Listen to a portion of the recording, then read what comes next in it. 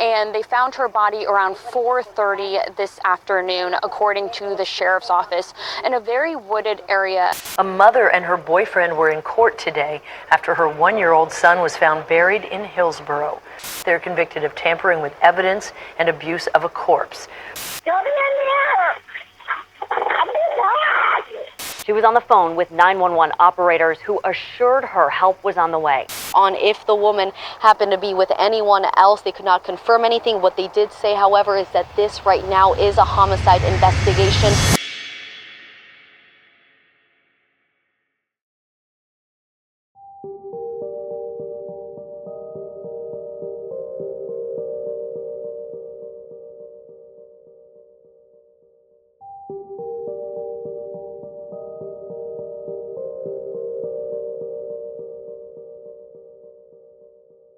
If you are a consumer of true crime, then you more than likely have found yourself on Reddit, scrolling post after post, reading up on cases that never seem to break the news cycle wide open.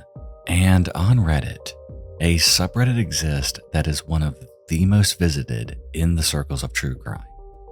r/unsolved mysteries sees over 250,000 weekly visitors and is full of cases that range from the lesser known to original posts from family members seeking help in finding answers about their loved ones. This is actually how I came across Christina Clausen's story, something so big that I ended up making an entire documentary on it. But apart from posts talking about an unsolved murder or a missing person, there are occasionally ones where morbid fascination is at its highest.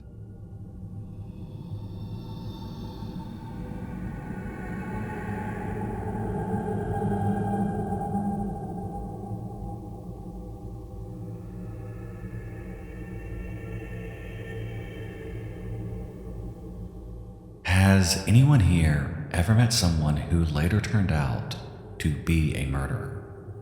If so, had anything seemed unusual about them? Here I saw replies that range from someone's dad going to a block party that was hosted by John Wayne Gacy as a teenager, to stories of seemingly calm friends snapping and taking someone else's life. And then I came across one post that reminded me that we never really know what people are capable of, even those that we live the closest to. I've posted this somewhere before, but it still blows my mind. I lived in an apartment complex where a family moved in above mine.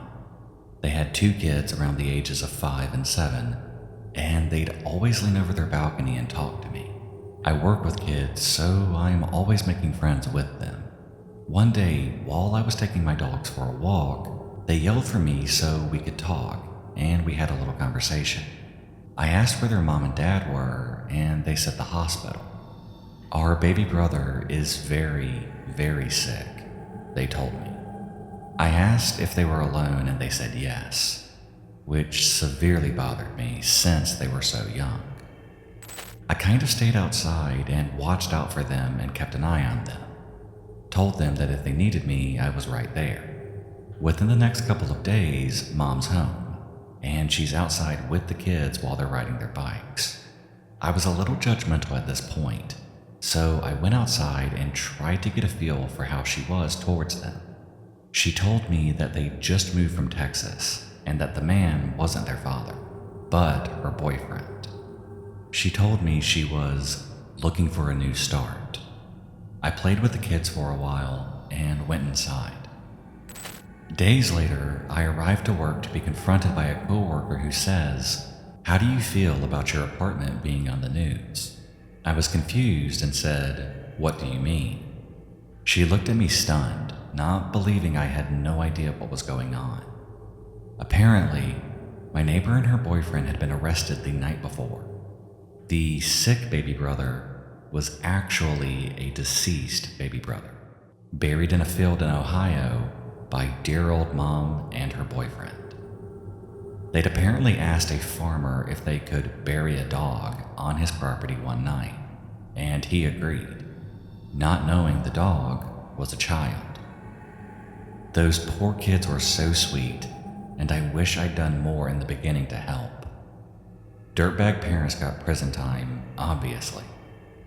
Grandma had tipped off the police that she had heard her daughter was telling people she only had 2 children, which she thought was odd.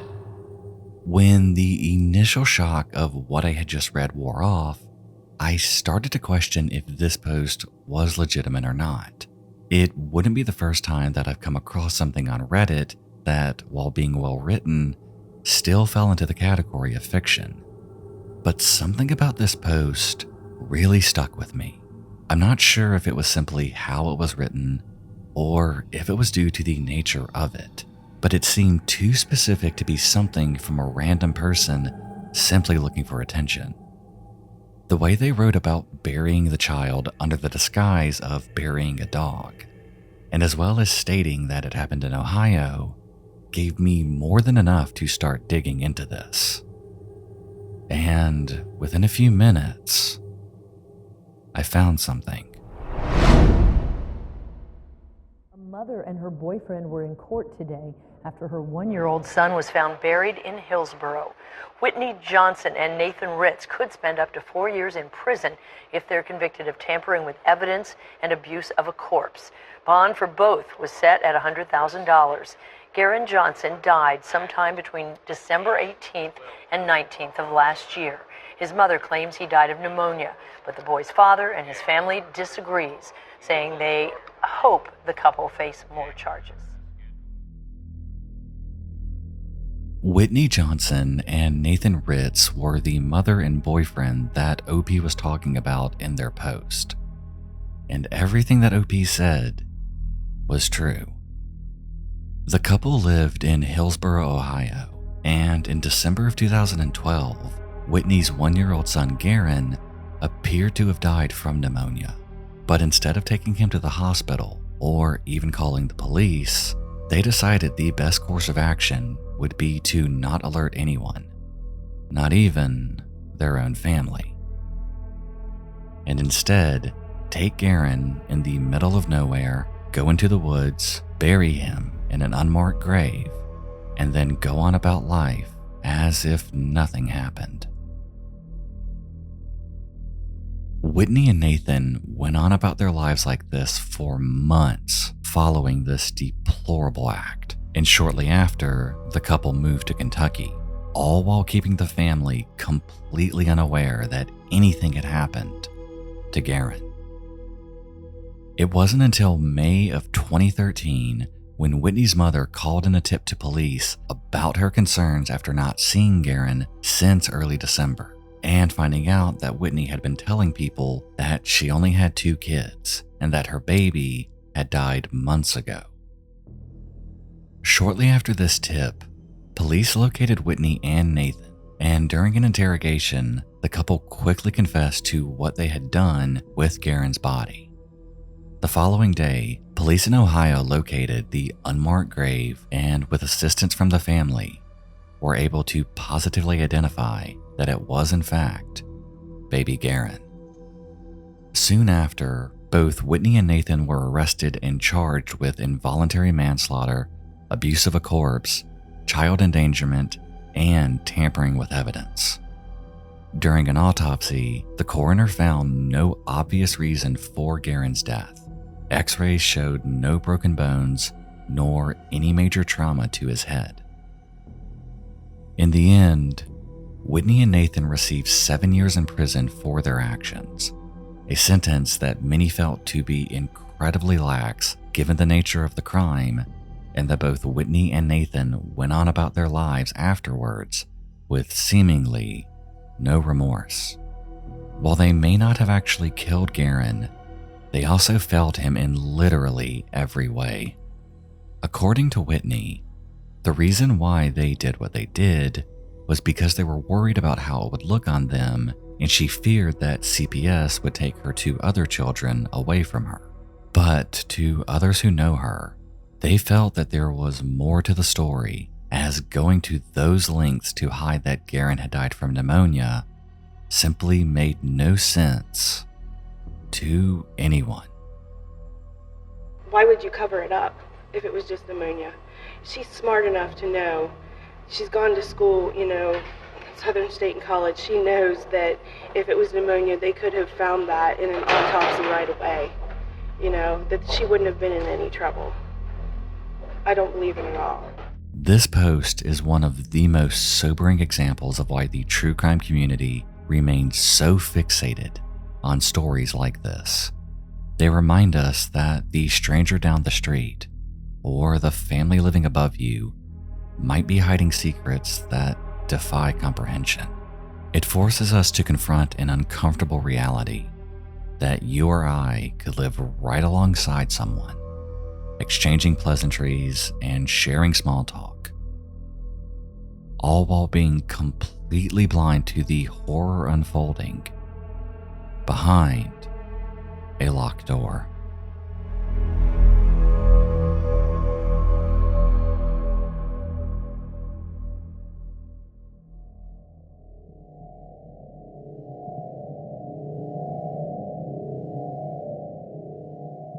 Something that has always stood out to me when researching cases are the photographs that surround them. I'm not talking about crime scene photos or even photos of the victims. The photos I'm referring to have little to do with the actual story or case, yet they capture my attention because they expose the raw vulnerability of human nature, existing just outside the margins of a tragedy. Like this photo. What we see is a family showering off the sand and salt water from the ocean. Most will be completely unaware that this was taken by serial killer Rodney Alcala. Or this one, a man relaxing on a boat while on vacation. But what wasn't known was that at the same time, his daughter was imprisoned in his cellar at home. Photos like this show that people who are capable of evil things are also humans that can easily blend into society. After all, rarely does the bad guy walk around with a sign announcing that he's evil. And the same can be said about this post that I came across on Reddit. While innocent at first, when you learn the full story of the man behind the picture, it exposes something incredibly dark.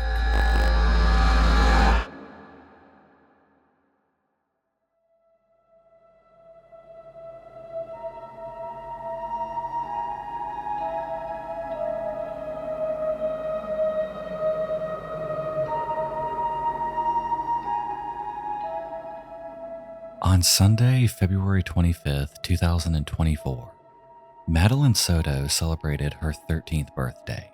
Photos and videos from the party show her in a pale blue dress, laughing, talking, and being a kid. Unfortunately, these were probably the last images anyone would take of Madeline Soto, at least while she was alive. Shortly after sunrise on Monday, February 26th, Jennifer Soto was briefly awakened by the sound of her long-term boyfriend, Stephen Stearns, taking the dog out for a morning walk. She had been dating Stephen off and on for 7 years, regularly referring to him as Maddie's stepfather, even though he and Jennifer weren't married. Today, he had agreed to take Maddie to school so that Jennifer could get some much-needed rest. Jennifer rolled over and drifted back to sleep, secure in the knowledge that everything was fine. At around 4:30 p.m., Jennifer showed up at Hunter Creek's middle school to pick up her daughter from campus. But Madeline wasn't there. Jennifer wasn't worried at first, though. Maddie had a history of running away and generally disappearing.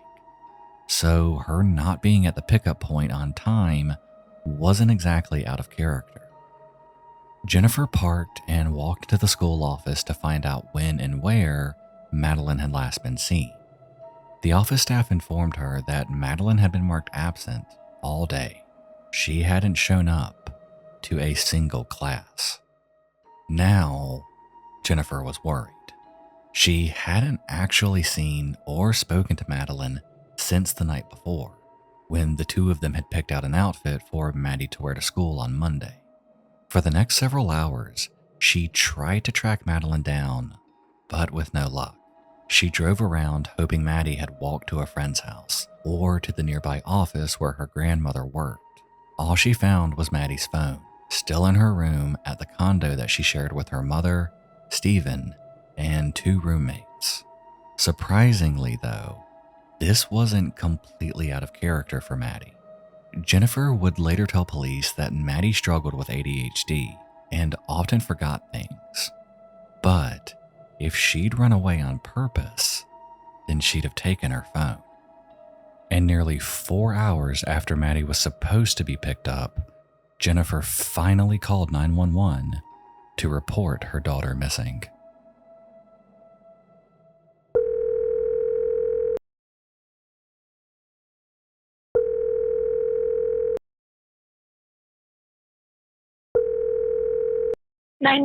What's the location of your emergency?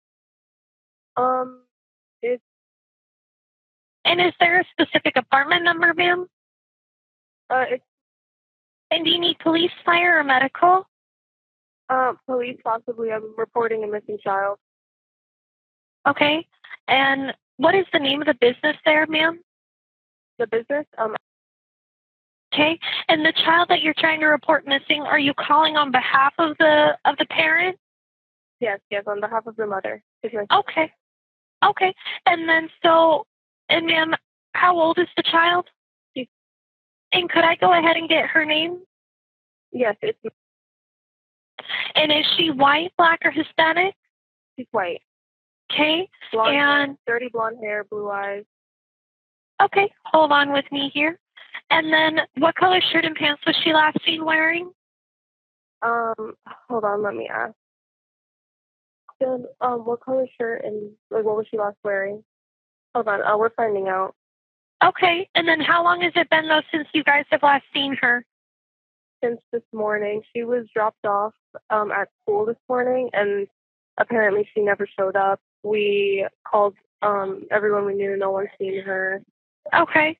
And then ma'am, I just want to confirm, though, was she last seen from this address? Is this where you guys last saw her? No. She was last seen at the church next to Hunters Creek Middle School. I think it's called Peace Church. I'm not sure of the exact address. She was wearing a dark green hoodie, I believe. Okay. Is she diagnosed with any medical, mental conditions at all? I know she takes medication for ADHD, and I'm pretty sure that's it. Okay. And is she known to carry anything on her person, like a pocket knife, pepper spray, anything at all like that? No, Okay. no, nothing like that. Does she have a cell phone that she might keep on her person? She doesn't. She had one when she left it at home. Okay.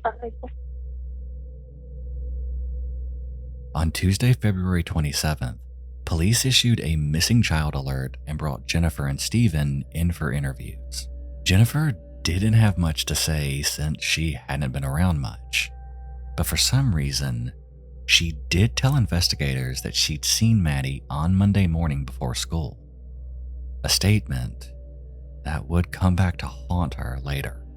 Meanwhile, in another interview room, Stephen told police that he dropped Maddie off near Hunters Creek Middle School before classes began.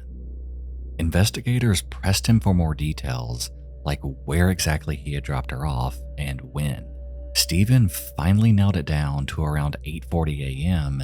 and said that the location had been the parking lot of the Peace United Methodist Preschool, which was close to the Hunters Creek campus. So far, things seemed normal, except that 8:40 a.m. was an awful early drop-off when Maddie's classes didn't start until 9:30, and the preschool was half a mile away and across a busy state highway from the middle school. The interviewer ended with detectives taking custody of Stephen's phone. By Tuesday evening, the story of the missing girl was gaining traction in local media, and Jennifer did an interview for a local TV station with Stephen lingering in the background. Jennifer said that the police had video of the parking lot at the preschool, and that while she hadn't seen it, the video showed Maddie waiting until around 9 a.m. before walking out of the shot.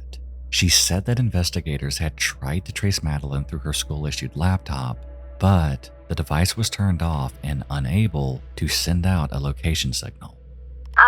Jen, go ahead and tell us what's going on with Maddie. Well, Monday morning, we took her to school. We dropped her off close to school, across the street from a church, which is it's right next to the school. She crossed the street, and walked to school, what we thought walked to school. My boyfriend who drove her to school drove away at that point. It was seen on video footage that she hung out in the parking lot of the church for a few minutes and then got up and walked towards the school. But she never made it that walk and that was around 9 a.m. This, however, was the second false statement that Jennifer had made. There was no footage showing Madeline hanging out in the parking lot. There was grainy footage showing someone walking past it, but it was impossible to identify them, and they didn't exactly hang around. More than 100 law enforcement officers banned out in search of Madeline on Tuesday and Wednesday of that week. The search focused primarily on a wooded area in Osprey Park, near the school. This is because by this point, investigators had gotten access to Maddie's phone and read her text messages, and discovered that she'd had several conversations with friends about wanting to run away and live in the woods after she turned 13. As police were searching the woods, other officers were also searching the family's condo. Jennifer and Stephen, by this point, had moved into a hotel room near Disney World along with Stephen's father. And during this time, Stephen spent a lot of it being anxious and complaining about wanting his phone back. And Jennifer agreed that the police were looking at all the wrong suspects. Obviously, a stranger had taken Maddie, and they were wasting their time investigating the people who loved her most. But that night, Stephen did something strange. He left the hotel and drove about 140 miles south to Northport, Florida, then back again. However, Stephen would never publicly say why he made this trip. His parents did have a home in Northport, but his mother would later state that she was home that night and never saw her son. On Thursday, February 29th, the Orange County Sheriff's Office announced that they had arrested Stephen Stearns as the prime suspect in the disappearance of Madeline Soto. In a press release, the department said investigators had found hundreds of still images and videos showing child pornography in Stephen's phone and in his Google Drive. They also said that someone had frantically tried to delete that material. Some of those images, they said, appeared to have been taken inside the family home, with Madeline clearly visible. There was also a picture of one of Jennifer's roommates nude in the bathroom, which had been taken without her consent. In interviews with police, Stephen claimed that he usually slept in the same bed as Madeline, and sometimes Jennifer too. According to Stephen, this was completely normal, because Madeline needed, and I quote, close human contact in order to be able to sleep. Sometimes Jennifer would sleep in another room just to get better rest, but he assured them there was nothing going on. Nothing at all. Investigators also spoke to one of Stephen's ex-girlfriends. She claimed that the reason she broke up with him was after he told her that he couldn't spend the night with her because he needed to be in bed with Maddie every night. The images of Maddie on Stephen's phone went back at least as far as 2022 and showed her being assaulted as young as 11 years old. On Friday, March 1st, The sheriff's department held another press conference. They said that they were confident Maddie was dead and that they mentioned having video footage of Stephen throwing items into a dumpster at the condo complex at 7:35 a.m. on the day of her disappearance. They would later list these items for the press, which included Maddie's flowered backpack, her school laptop, and a white crock that matched one found in her mother's bedroom. There was also video showing Stephen returning to the complex where the family lived, with Madeline clearly visible in his car. Investigators said that they were sure that the girl in that video was already dead. Around 4:30 p.m. on March 1st, 5 days after her mother walked into the office at Hunters Creek Middle School, searchers found the body of Madeline Soto in the woods. Her autopsy would later find that she had been strangled to death. Stephen Stearns was held without bond on charges of sexual battery and child pornography. At first, it seemed like Jennifer couldn't believe what was happening. In interviews with investigators on March 1st, before the body was found, she told them that she'd asked Stephen and Maddie to sleep in the upstairs bedroom on Sunday night so that she could get a good night's rest alone. After the news of the body came in, investigators showed her some of the images of Stephen abusing Maddie, and she insisted that he couldn't have been the one that killed her. Investigators, however, were skeptical. One detective working the case was quoted as saying, "I believe you became aware of their sexual relationship.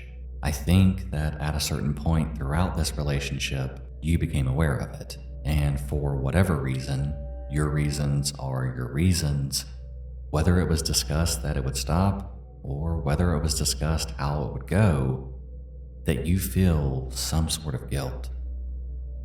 The following month in April, a Florida grand jury indicted Stephen Stearns on over 60 charges, including capital sexual battery of a child.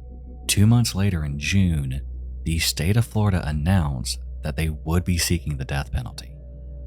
On July 21st, 2025, Stephen pleaded no contest to Madeline's murder and guilty on all sex crime charges. He was sentenced to 21 concurrent life sentences with no possibility of parole. And at the time of writing, no one else has been charged in connection with Madeline's case.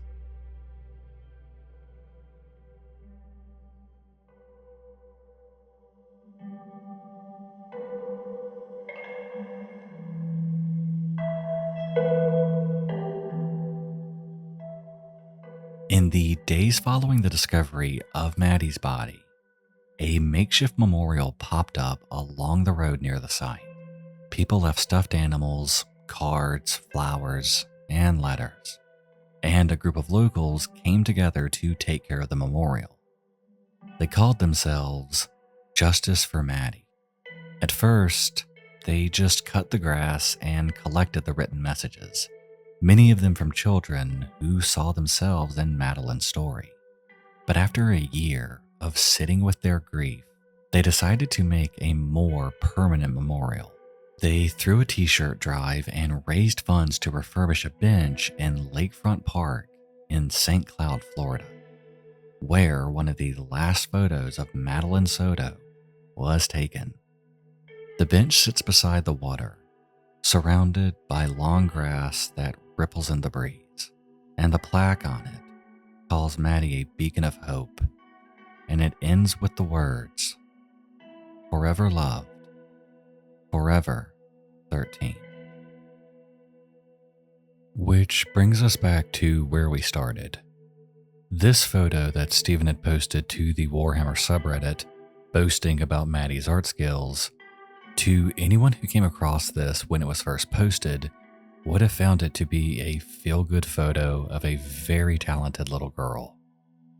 But as I said at the start, evil people don't carry around a sign announcing that they're bad. They can and do hide in plain sight, just as Stephen Stearns was doing, for an untold amount of time.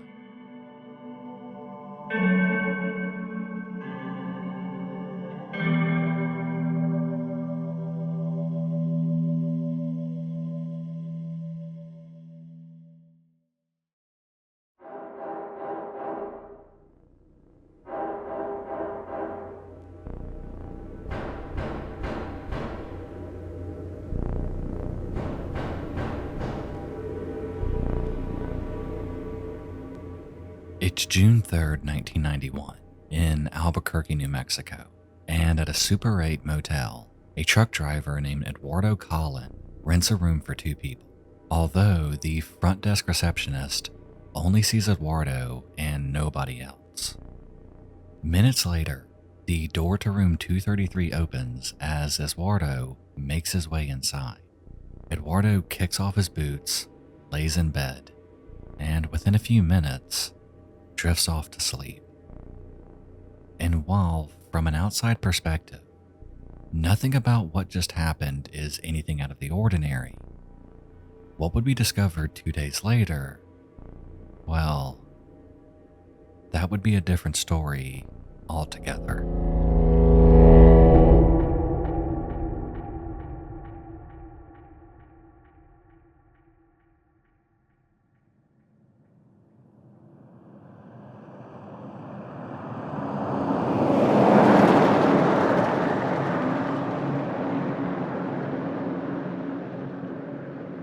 On June 5th, Eduardo had failed to check out of his room, and a security guard is sent to room 233 to check and see if there's any problem. The area that the hotel is in isn't exactly the safest, and the hotel itself is known as a popular place for addicts to stay at. The security guard arrives at the room to find a do not disturb sign hanging from the door. The security guard knocks on the door, and nothing happens. Another louder knock, and again, nothing. The security guard goes to check the handle and discovers that the door is deadbolted from the inside. One final set of knocks that are as well met with silence. And the security guard takes out a screwdriver and begins taking off the door handle. After a few minutes of getting everything removed, the door opens and the room fills with light from the mid-morning sun. The security guard walks in and sees an unmade bed, various beer bottles scattered around the room, and a purse with some pictures lying on a table. Nothing really appears to be out of the ordinary until the security guard goes to check the bathroom, where he runs into something that would send him fleeing outside to call the police. What he discovered in the bathroom was a woman hanging from the shower head with a suitcase strap wrapped around her neck, with no sign of Eduardo anywhere.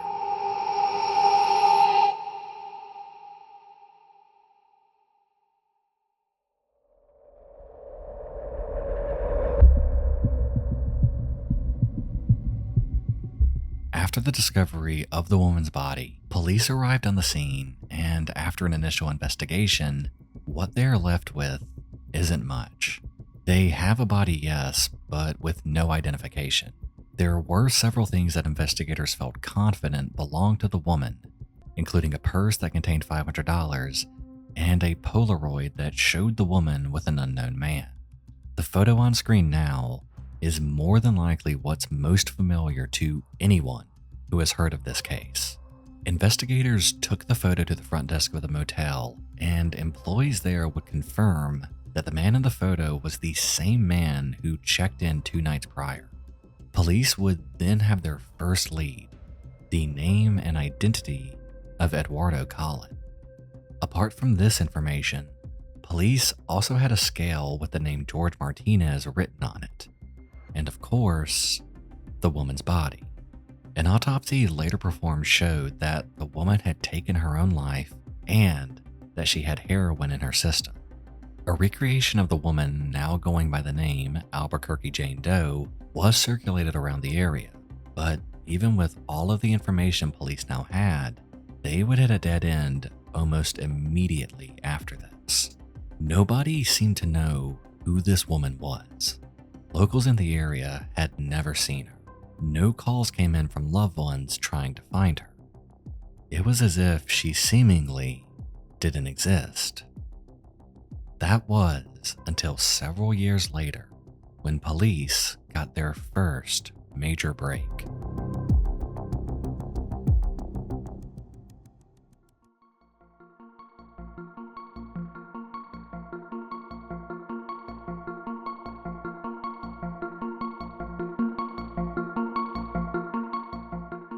After years of dead ends, police were able to finally track down the elusive Eduardo, but the breakthrough that they had been anxiously awaiting turned into a crushing realization. The family of Eduardo informed police that he had died several years prior, and then, when shown the photo found in the motel room, the words that left one family member's mouth was the last thing police expected to hear. After a quick examination of the photo, police were told that the man in the photograph wasn't Eduardo. The only major lead that police ever had just vanished.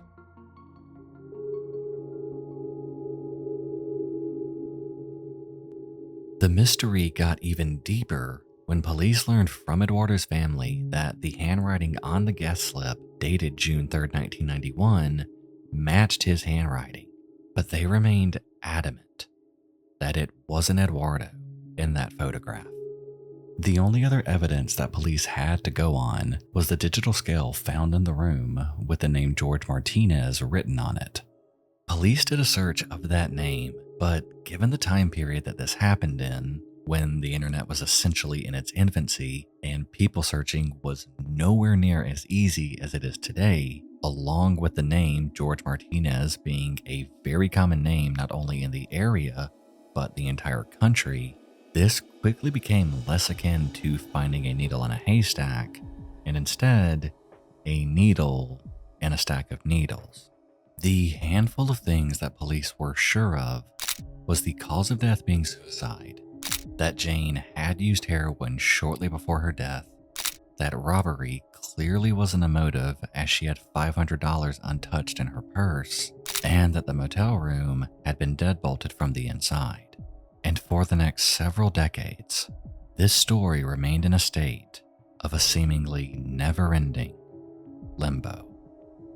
But in March of 2021, just 3 months shy of the 30-year anniversary, police announced that someone had come forward with information on Jane. That information being that her name was Becca and that she had flown there from Los Angeles. But even this information seemed to barely move the needle at all. And for most, the case would seemingly always sit in this state. A case where investigators had seemingly everything that they needed. And yet, the Albuquerque Jane Doe, or now Becca, seemed destined to remain a mystery forever.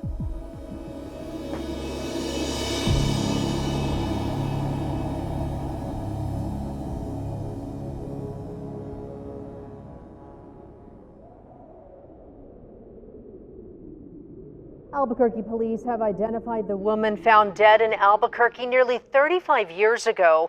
Back in June of 1991, officers discovered the woman's body in the bathtub of a Super 8 on University. An autopsy determined she died by suicide. She did not have any identification, so police called her Becca Doe. Her identity remained a mystery for decades until this year, when police used genealogy to find her family and identify her as Becca Malcote. Her family confirmed they last saw her in 1991 when she left the Los Angeles area. She was 18 years old when she died, and APD says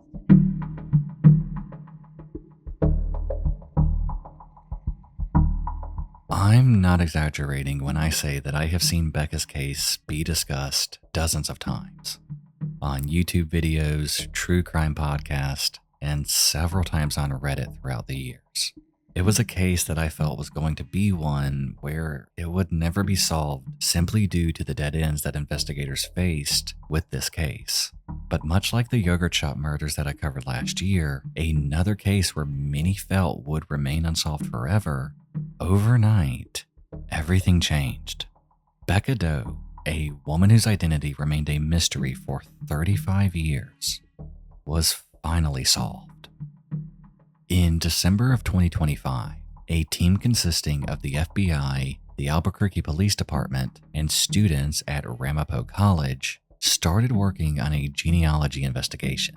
And within a month, they were pointed to two males, both living in California. Those two men ended up being the stepbrother and stepfather to Becca. The stepbrother provided a DNA sample to the FBI, and shortly after, were able to confirm with 100% confidence that it was a match and that Becca was his half-sister.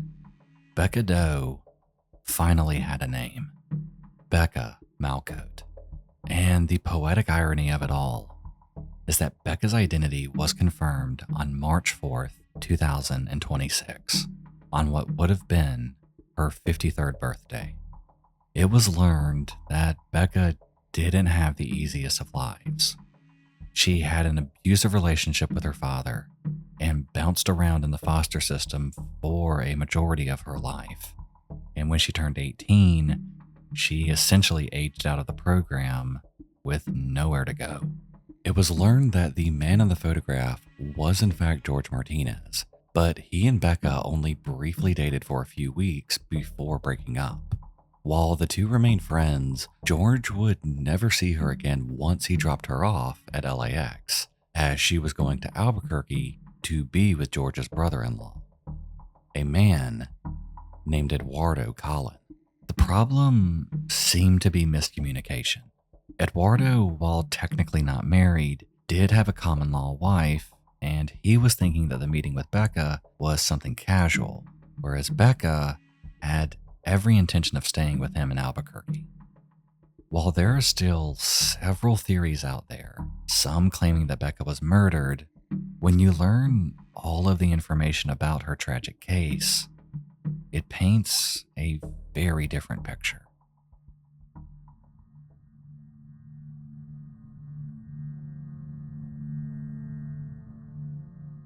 It shows a young and broken woman sitting alone in a motel room with nobody to know if she would ever go missing. And perhaps sitting at that small table in the motel while having a deadly combination of drugs, alcohol, and depression flowing through her, Becca made an impulse decision to lock the door, go into the bathroom, and never walk out. Her life may have been defined by isolation, but in the end, Becca Malcote finally returned home to the dignity of her own name. No longer a mystery, no longer a Doe. She is finally remembered, not just for how she died, but for the life that she lived, however brief and difficult it may have been.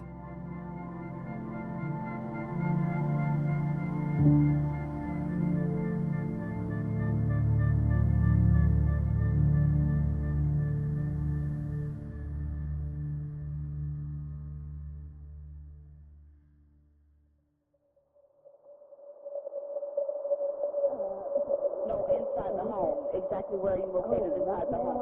Right now, I'm in the living room. The smoke's getting bad. Okay, if it's safe to do so, leave the building. For many of us, our home is our safe space, a place where we can relax and not have to worry about our surroundings. It's where most of our time is spent. It's where we sleep, it's where we eat, it's where we want to be when we are sick. And it's the last place we would expect to be in any kind of danger. But the story that you are about to hear proves that even in the place we feel the safest, danger can always be close by.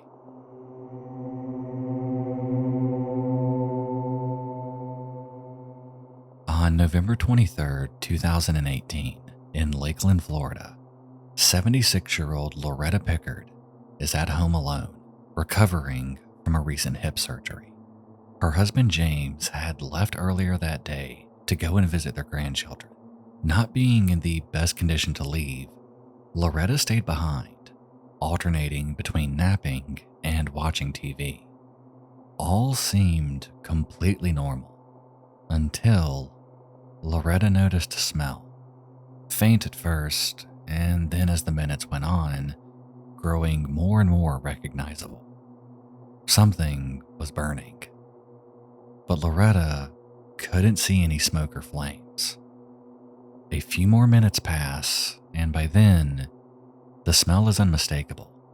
Due to her recent surgery, Loretta required a walker to get around. But being that she was sitting in a chair in the living room made it incredibly difficult to physically get herself out of the chair.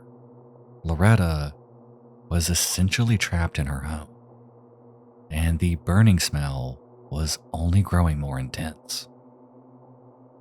Realizing the severity of her situation, Loretta picks up the phone and calls 911. What would follow would forever change the Pickard family.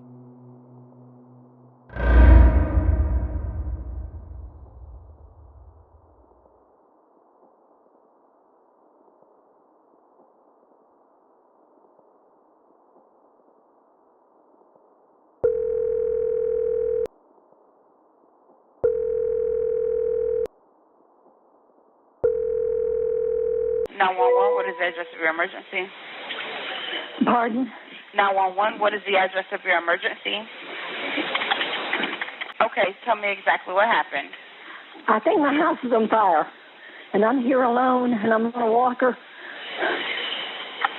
Okay.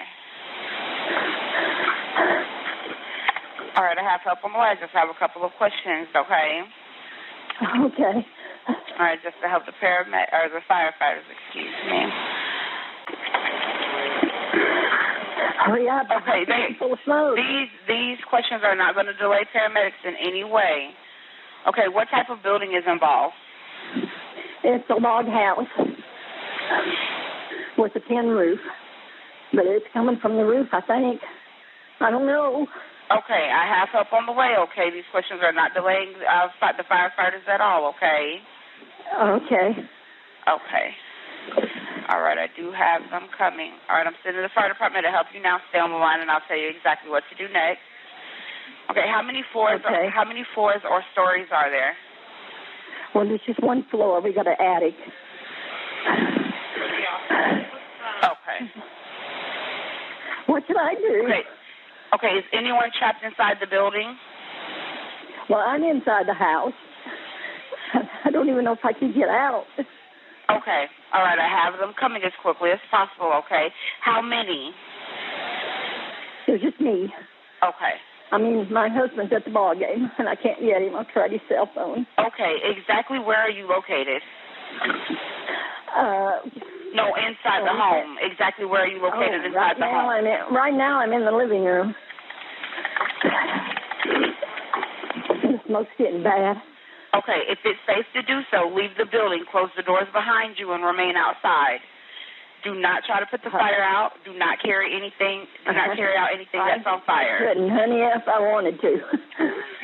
I'm on a walker, and I can't hardly walk. Okay, where exactly is the fire? On the roof, I think. Okay. Okay, is anyone injured? No, I'm the only one here. I'm not injured, but my eyes are full of smoke. My lungs, I can't get out the door. Okay. Okay. All right, what is the best entrance of the building to get to you? Well, either when you come up the driveway, the back door or the front, either one. All right, I'm updating them with everything that's going on, okay? Just stay with me, okay? Okay.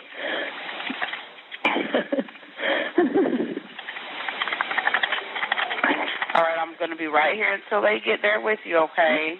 Okay. Okay, if it's safe to do so, stay low to the floor, close the door immediately.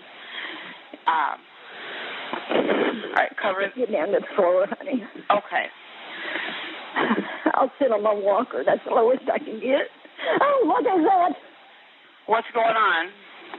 I don't know. Something hit me on the head. Okay. It was like a drop of water or something. I don't know. I'm sorry. I know I shouldn't be panicking. I'm sorry. No, it's okay. This is a very hard situation to be in, but I am going to be here until they get right there with you, okay? Just let me know when they're there. I'm seeing now how closely they are to you, okay? They're coming as fast as they can. Okay.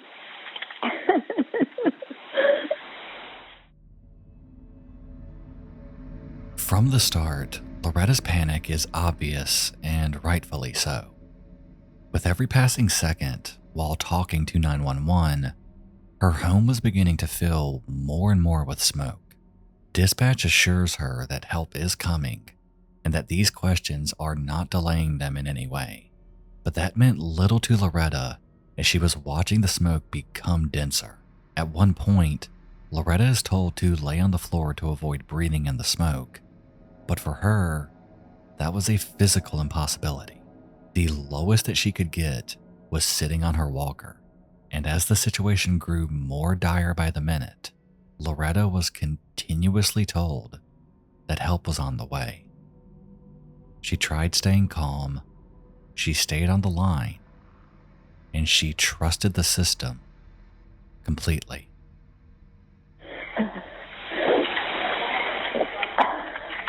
I'm sorry. No, it's okay. Just let me I feel know. like a big baby. No, it's okay. Is the smoke still in the home? I can't go outside to see. Yes, but there's no flames in the home that you can see? No, not in the house. I can see the smoke. Okay.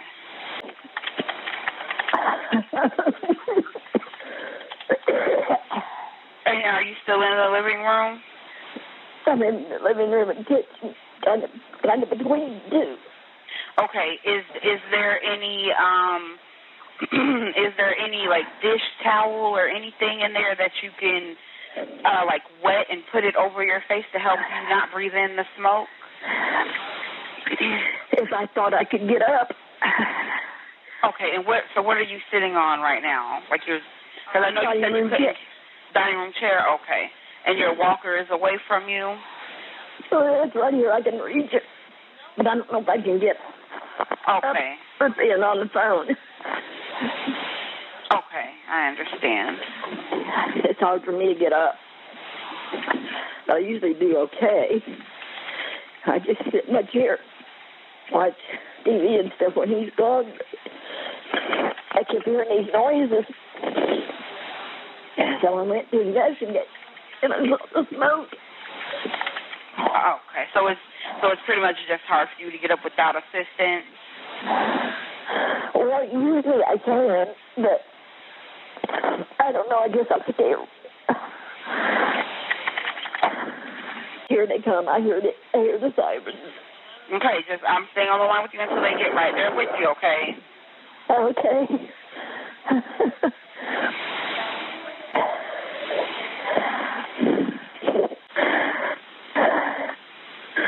I hope they hurry up. Okay, they're there with you, okay? So, do you know if your door is unlocked so I can let them know? Yes, it's unlocked. Tell them to hurry. Okay, I'm updating them now, okay? Okay.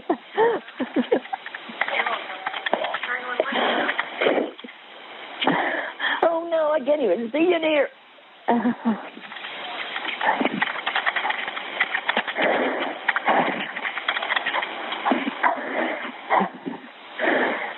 What happened? Nobody's in here. Yeah, they're coming, okay? They're coming. They're right there, but they're going to make their way into you, okay? Okay. Okay, so the house is filled with smoke now. You can't see anything? No. Okay. I don't know what they're doing. Maybe they're trying to put the fire out. I don't know what's going on. Yeah, all I can see is that they're getting there. I don't know exactly what they're doing right now, but I do know that their main concern right now is getting to you.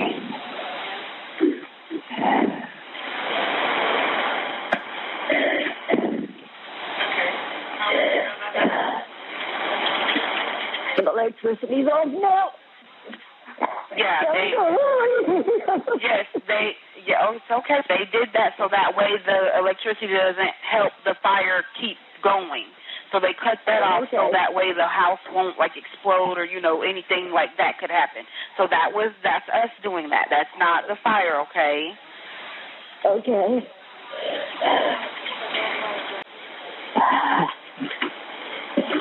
I'm in here, right?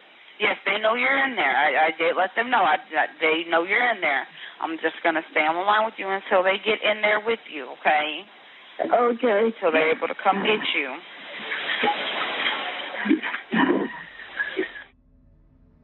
I cannot begin to imagine the fear that Loretta was going through during these moments. It is completely gut-wrenching to picture. The moment when the power went out, switching her reality from a terrifying smoke-filled room to absolute pitch-black darkness. She couldn't see her hands in front of her face. She was suffocating, and yet she could literally hear the engines and the voices of people who were supposed to save her, just on the other side of the wall. She was trapped in an abyss, holding on to the promise that they were coming.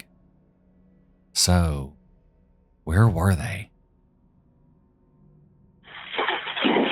Okay, you're still in a dining room chair? Yes. Okay. But it's getting really hot in here. Okay.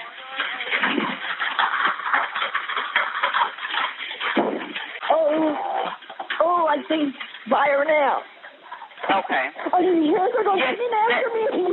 They're here. They're there. I'm letting them know exactly what's going on, okay? They are there. Okay. I promise they are right there. It's just they have to make their way into you, okay? Okay, but they better run.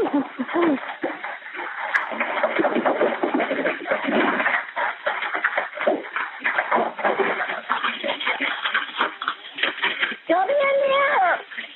I'm being hot. Okay, ma'am, just stay on the line with me, okay? What's your husband's name? What? Miss... I'm not okay.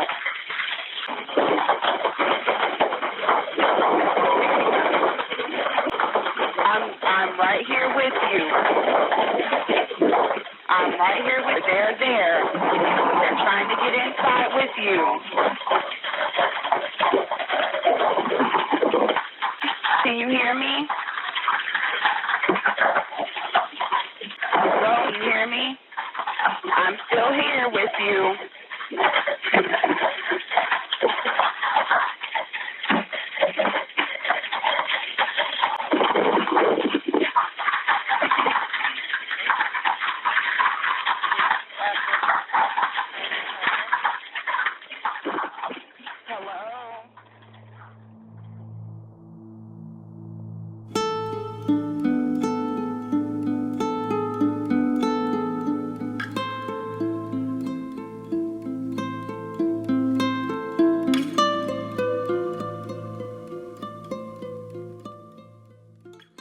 The 911 call that you've been listening to has been edited for time, but more importantly, I have cut out the section that played the final moments of Loretta's life. Disturbing doesn't even come close to describe what would become the final spoken words of Loretta Pickard. She waited and waited and waited clinging on to a final bastion of hope that at any moment, firefighters would break down the door and rescue her from a fate that nobody should suffer. But nobody came. Where was the help that she was repeatedly promised? Firefighters were on the scene, mere feet away, yet nothing was done to save Loretta. The answer was described as a perfect storm of inexperience, confusion, and miscommunication.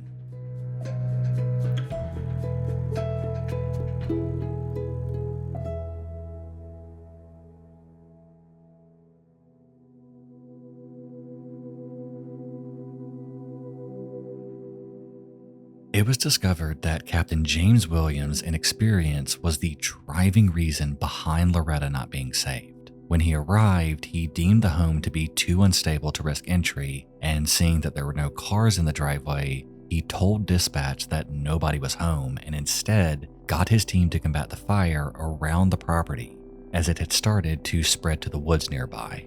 There were also no fire hydrants nearby, so the crew had to resort to using their limited water reserves, and deemed the possible forest fire to be a greater threat than the cabin that had already been engulfed.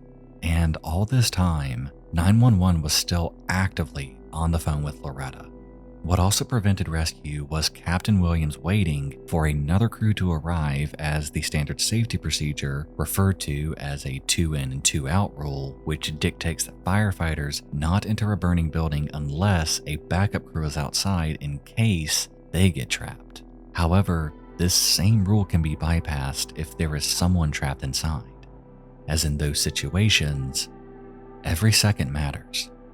After a lengthy investigation, the Pickard family was awarded $200,000 from Polk County, and James Williams resigned after it was discovered that he had, on multiple instances, recorded videos of house fires on Snapchat and sent them to friends, instead of putting his complete focus on controlling the emergency. But no legal action was ever taken against him. In many ways, this story reminded me so much of Deborah Stevens when she was trapped in her car as it was quickly flooding. Both Deborah and Loretta found themselves in a nightmare of a situation, waiting for help that would never come. Ironically enough, when I came across Deborah's story last year on Reddit, just a few posts below hers, I also found Loretta's. Loretta Pickard, a 76-year-old grandmother, adored by her family and husband James, lost her life in one of the most traumatic ways one could. Loretta was found to have been just 5 feet away from the door, waiting for a rescue that she was told would happen. Loretta's death wasn't caused by a hooded figure that was hiding in the dark, but instead by a system that forgot how to act when the clock was ticking.